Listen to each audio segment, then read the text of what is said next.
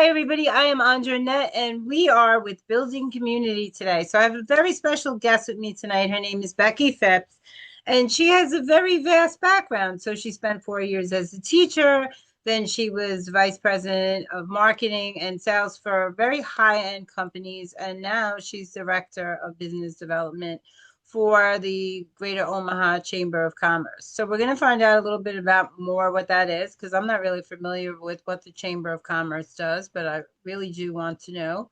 But she also just wrote a book, so we're going to find out a little bit more of that about that. So please help me welcome Becky Phipps. Hello, hello, hello. Hello, it's so nice to be here, and thanks for the opportunity to have a conversation. Looking Oh, forward to it. I'm so glad to have you. So tell me a little bit about what the Chamber of Commerce actually does, because I really don't know. Absolutely. From city to city, it varies. The Greater Omaha Chamber is one of the oldest, largest, strongest community business groups in the Midwest. We belong to an association of Chamber of Commerce executives called ACCE, the American Commerce of Chamber of Commerce executives and have been members for a very long time. Within our area, there are about a dozen chambers, actually, from some of the smaller suburbs of the greater Omaha metro area. And our chamber covers basically kind of a blanket over 8 counties that we serve. And the traditional Chamber of Commerce provides things like networking events, things like coffee and contacts or coffee and connections events or business after hours. And it's really designed for businesses who, want to expand their reach, want to meet other business owners, like-minded business owners who might be good referral partners or, do business together. So we provide that standard fare when new businesses come into town or a business expands their footprint and they have another location opening up. We provide ribbon cutting services to them. So the gigantic scissors and the ribbon. I have a pair in my car at all times, just in case, for that occasional ribbon cutting emergency, if you will. And so that's sort of standard, what you would expect from a lot of chambers. Where we differ from not only chambers in our region, but really across the country, is we have two other, I don't know, legs to the stool, if you will, and that is our public policy and advocacy work that we do. In Nebraska, we have a unicameral system. So we have one body of legislature as opposed to, two bodies like the US government does. And we have a full-time legal counsel that is in Lincoln all the time working on behalf of our constituents, which are predominantly our members, but also, the residents and business owners throughout the city and throughout the state. So that's kind of different, and you don't see that every day in a chamber of commerce. And the other thing that's unique to us is we have a team of staff members who are paid by the chamber, as far as salary and benefits in our economic development team. And then we have partnerships with the 8 counties that we serve in our region. And so those people are actually paid by their county to do the work in economic development, but they work alongside our staff members. So if a business is looking at Omaha or the greater Omaha metro to possibly land a new location or relocate their corporate headquarters or what have you, they may either send a proposal to the city office, or they'll send it directly to the chamber and say, hey, we're looking at Minneapolis and Omaha and Kansas City, Chicago, Denver. Why should we pick Omaha over the surrounding metro cities? And so then it's all hands on deck, roll up the sleeves, answer the questions. And, we work with local utilities to make sure that sites are fit for purpose so that they're ready to be built on. And when people want to know, hey, what do you have in terms of land that's approximately so large and it's fit for whether it's data centers or distribution centers. We landed the Dollar Distribution Center in Blair. We landed an Amazon distribution center in the area. So all of that takes really the entire work of everybody at the city, but also our regional partners and staff members to pull that together. And, you know, ultimately, we're here to help local business grow their business and also to attract new business into the region.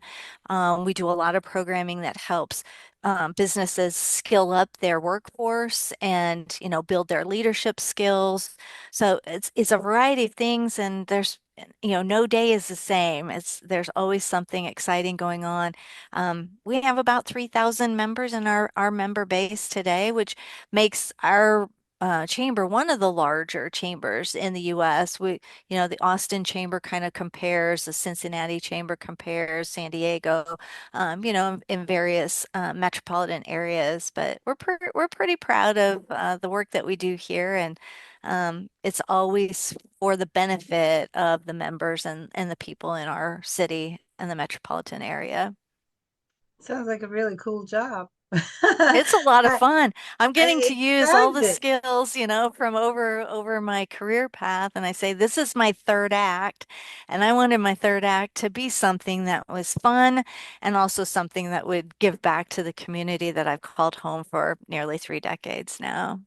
Wow, that's really exciting. So, what made you decide to write a book at this stage of your life? So in 2018, I lost my mom, my dad, and my job. My mom passed in March of 2018. My dad passed away the same day that I was supposed to be getting on a conference call with HR to talk about the exit. We went through a global reorganization in the global company that I was working for at the time. And, based on age and years of service, I was retirement eligible, even though I wasn't quite ready to like hang it up completely. And in the aftermath of that year, I started thinking about things that were said about my parents during the course of, we had a joint celebration of life for them, things that were said about them, like how could I give back to the community? And what have been the lessons learned through their lives? And a lot of people that I'm still connected to on Facebook and other social media from back home. I grew up in a small town in Iowa, Southwest Iowa.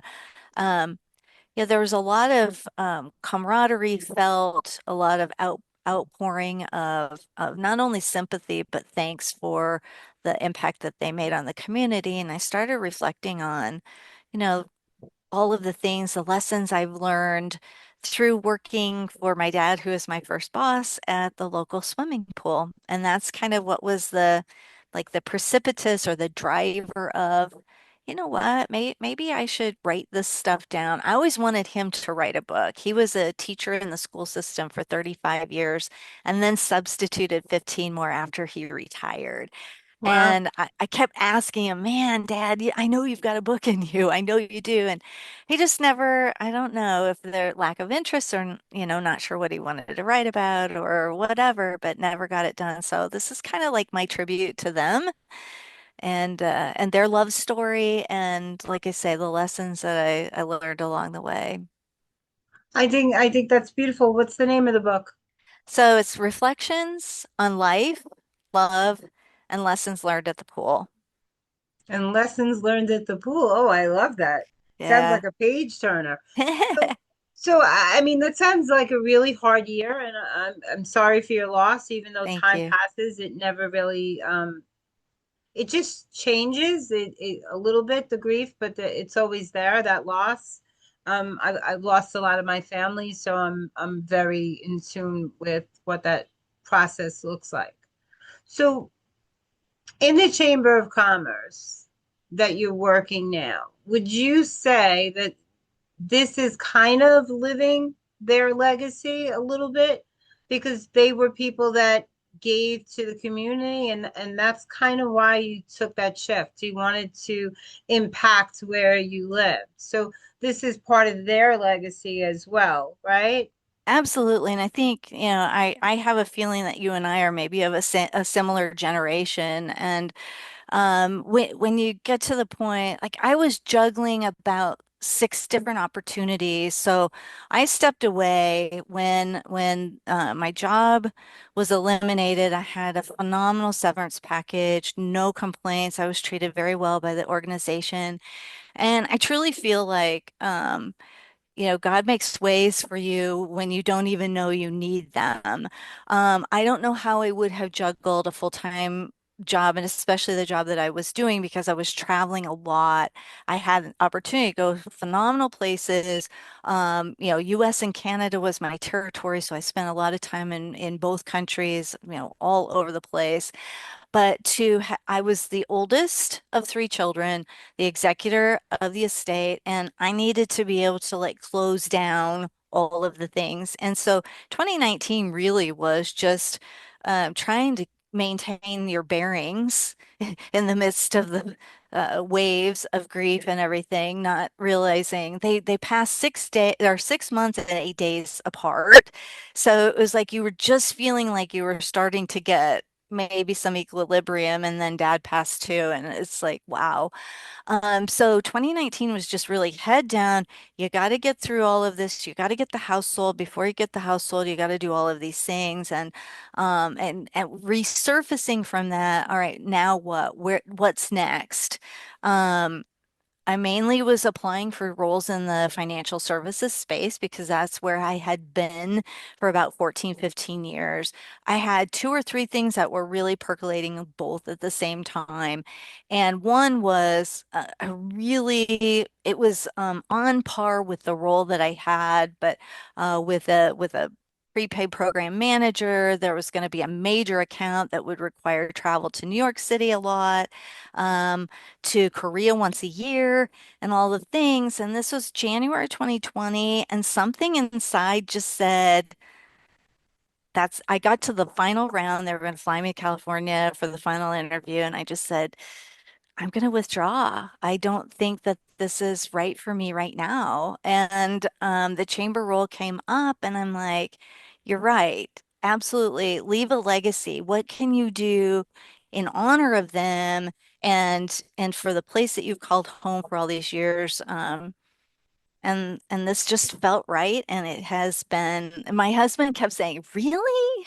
What are you? What's going on there? What are you thinking?" And in the past 5 years, because I've just celebrated 5 years with the chamber, he's like, I get it now. I kind of see now what you and strategic is my top Gallup strength. And I think I see things 30,000 foot before people get it. And if I don't articulate like why I'm doing what I'm doing, you can't always follow along. So now he says, yeah, I get it now. I see what you had in mind all along. I'm the same way. I'm that high level thinker, it does take people a while to catch up. So I definitely understand that. But I think everything works out in the end. I think sometimes that God has a plan for us that we generally maybe we're not there yet. And sometimes either, we walk into that role or we get pushed because of other circumstances that are happening in our life. And in the beginning, sometimes we're a little hesitant, but it turns out to be one of the better things that happens. I've been making a lot of shifts in what I'm doing. I've always been in the health arena. That's never going to change for me. That's who I am at my core. But I'm making shifts in that health arena, in going expanding it, so to speak. So, and I feel like I'm getting called in that way and pushed a little, like you belong over here too. And I'm like, okay, really? Do I have to? Yeah, And I'm kind of just moving in that way. I'm accepting it gracefully and saying, okay. So I do understand that but things have a way of working out for us so much better than we planned. absolutely. And now you're going to be an author. That's coming to pass, and you're leaving that legacy too, right? For your dad, you Yeah, know. it's kind of like, if nothing else is left on this earth, at least there's a book to say we were here. But it's so funny.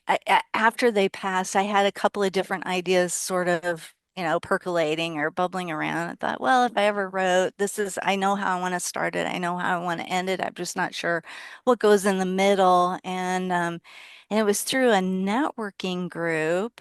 And of course, like that's what we, or this way, what we do all day, every day. I mean, I could have coffees with people from sun up to sundown because that's part of the role that I play within the chamber. But dear friend of mine that I met, she was one of my very first members that I brought into the chamber back in. Um, Talked to her first in the fourth quarter of 2020, but she came on board in February 21 when she started her own business. And she said, "You know what? I think you'd really enjoy this networking. It's a Zoom session, and it's run by a gal that's out in New York, New Jersey. And I think you'd really enjoy just be a guest. If you decide you want to, she's kind of got an upgraded version of a mastermind that you can, buy into, or what have you. But just come visit, be my guest one time and check it out." And I'm like, "Yeah, sure, that'd be great." And the Stephanie who runs it does like a survey prior to your coming into, and it's like a monthly session that they have. So she sends out a list of maybe 3 to 5 questions. You answer those questions, and then in that Zoom session, she breaks you out into rooms where you meet 3 to 5 or what have you other people in the Zoom, and go around, do your 60-second. Who are you? What is it that you do? In the hopes that you'll find somebody who might be a good referral partner or a good customer or what have you. And in the breakout room that I got assigned to, there was a gal by the name of Susie Pruden, who is a New York Times bestselling author. She's been on Oprah. I just talked to her last week because she's my publisher, and she also was interviewed by Barbara Walters before Barbara was even a big name or Wow. anything like that. And so I find out about her and how she has this publishing company, and I'm like, I want to have a one-on-one with her and learn more about, well, what do you do? How do you get started? Maybe this is a sign saying now's the time to write your book, and here's your person that's going to help you bring it to market. So long story short, that's how I found my publisher, was through this online networking group.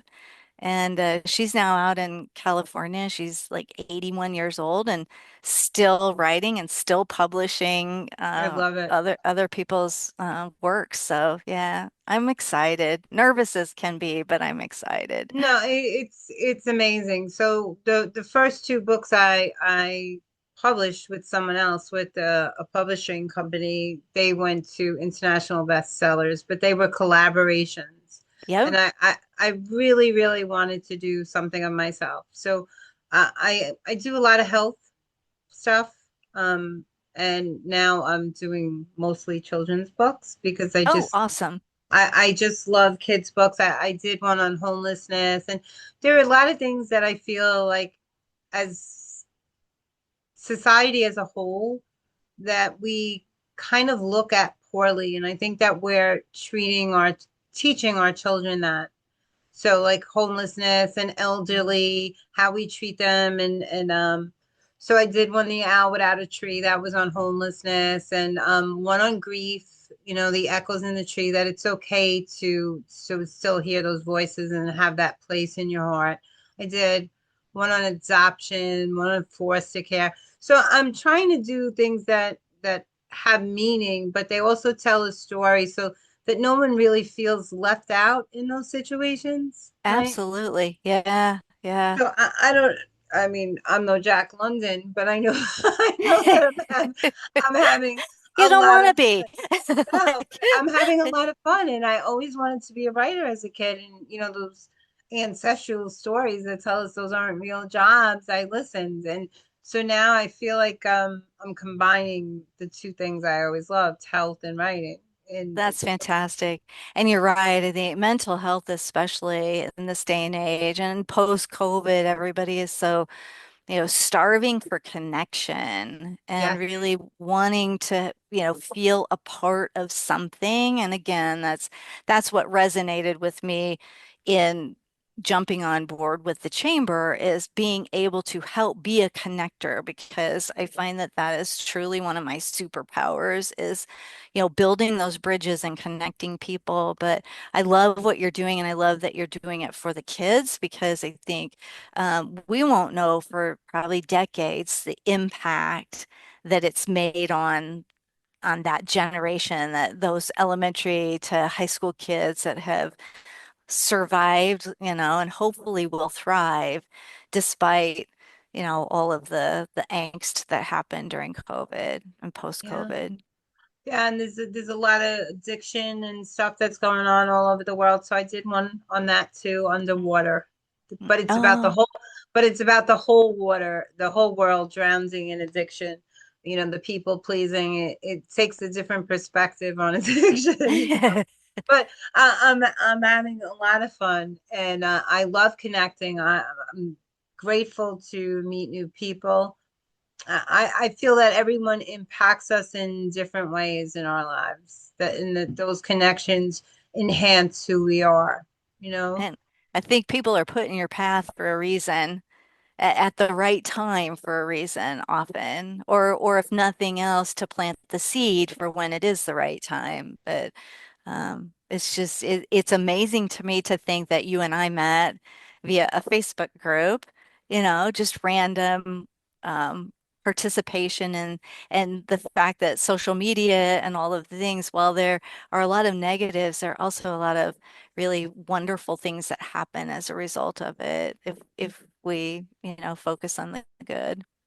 Yeah, you have to focus on the good. There's so many bad things out there, right? So it's very easy to stay stuck in that. But the more good you put out in the world, the more good that comes back to you. And I really believe that. I spend, people tell me that I'm always happy and I'm always smiling. And I said, well, what good would it do me to walk around with a buzz? Why, I, the situations are gonna happen no matter what my mood. So I may as well like move through it. Yeah, yeah, yeah. I don't know what this says about me, but you don't want to be the Eeyore in the room. And yet Eeyore was my favorite of all of the Winnie the Pooh characters. I must have had some kind of like deep affiliation with him, but I don't think that I'm Eeyore, but I don't think I'm Tigger either. Like I'm somewhere in the middle of that range of, personalities. But yeah. You got to take a bright side look at things, and sometimes that's really hard in this day and age. There's a lot of negativity in the press. You were just constantly bombarded with the bad stories, and got to focus on the good ones. I have to in what I do, otherwise my nervous system would be a mess, right?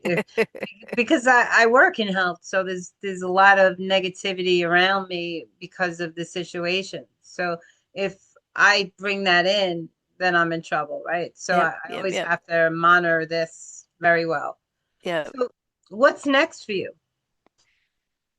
Well, uh, we'll be launching the book within the next 4 months or so, give or take, and I'm super excited about that. I've done some workshops as part of my day job on networking, because I do the orientation session in person for all of the new members that come into the chamber, and it gives them a kind of the lay of the land and how to really plug in and how to maximize their investment. But as part of that, one of our gals that runs our young professionals program of work was sitting in an orientation session, and I talk about how you don't go anywhere without some kind of business card credentials. Now, whether that's physical card, or if there's all kinds of apps that you can download to your phone and you can have it available with a QR code, and like people can scan and whatever.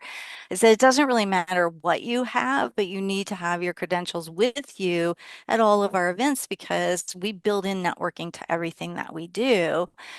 And after the session was over, she came up to me and she said, I think it would be really helpful to do a workshop for young professionals on networking, just to help, get their feet on the ground and help them to know, what to do. And I participate, I'm a member of a networking group that's actually a national or international networking organization. And you might have heard of it, BNI, Business Networking International.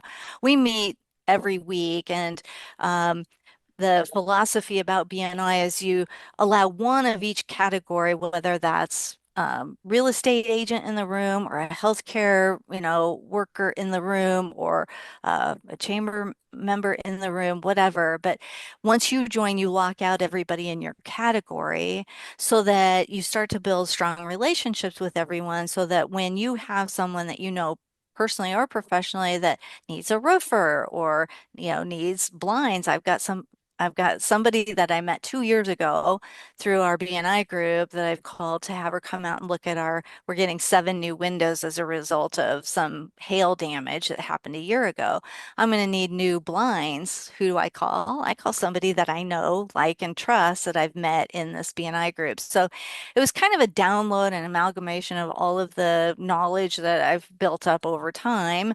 Um, to help give them like baseline networking skills. And then that was well received. So I did a second round on strategic networking. Like, how do you know what rooms are the right rooms for you to be in? How do you identify your unique selling proposition for not only your business, but also you personally and professionally? Because your business has a brand, but you also have a brand, and your brand is tied to that brand, but your brand is slightly different because you are your brand. So, getting into some of the maybe nuances about networking. And I'd really like to be able to offer that, you know, on an ongoing basis, not only, to chamber members, but, from a, personal, either side gig or future long-term full-time thing. So that's kind of where I'm headed. But that sounds really great. And I think a lot of people, because there are so many people online starting businesses and really not knowing what room they belong in because there's so many rooms out there, so many Right? distractions, right? So I think that would be very helpful. I think you would do very well at that.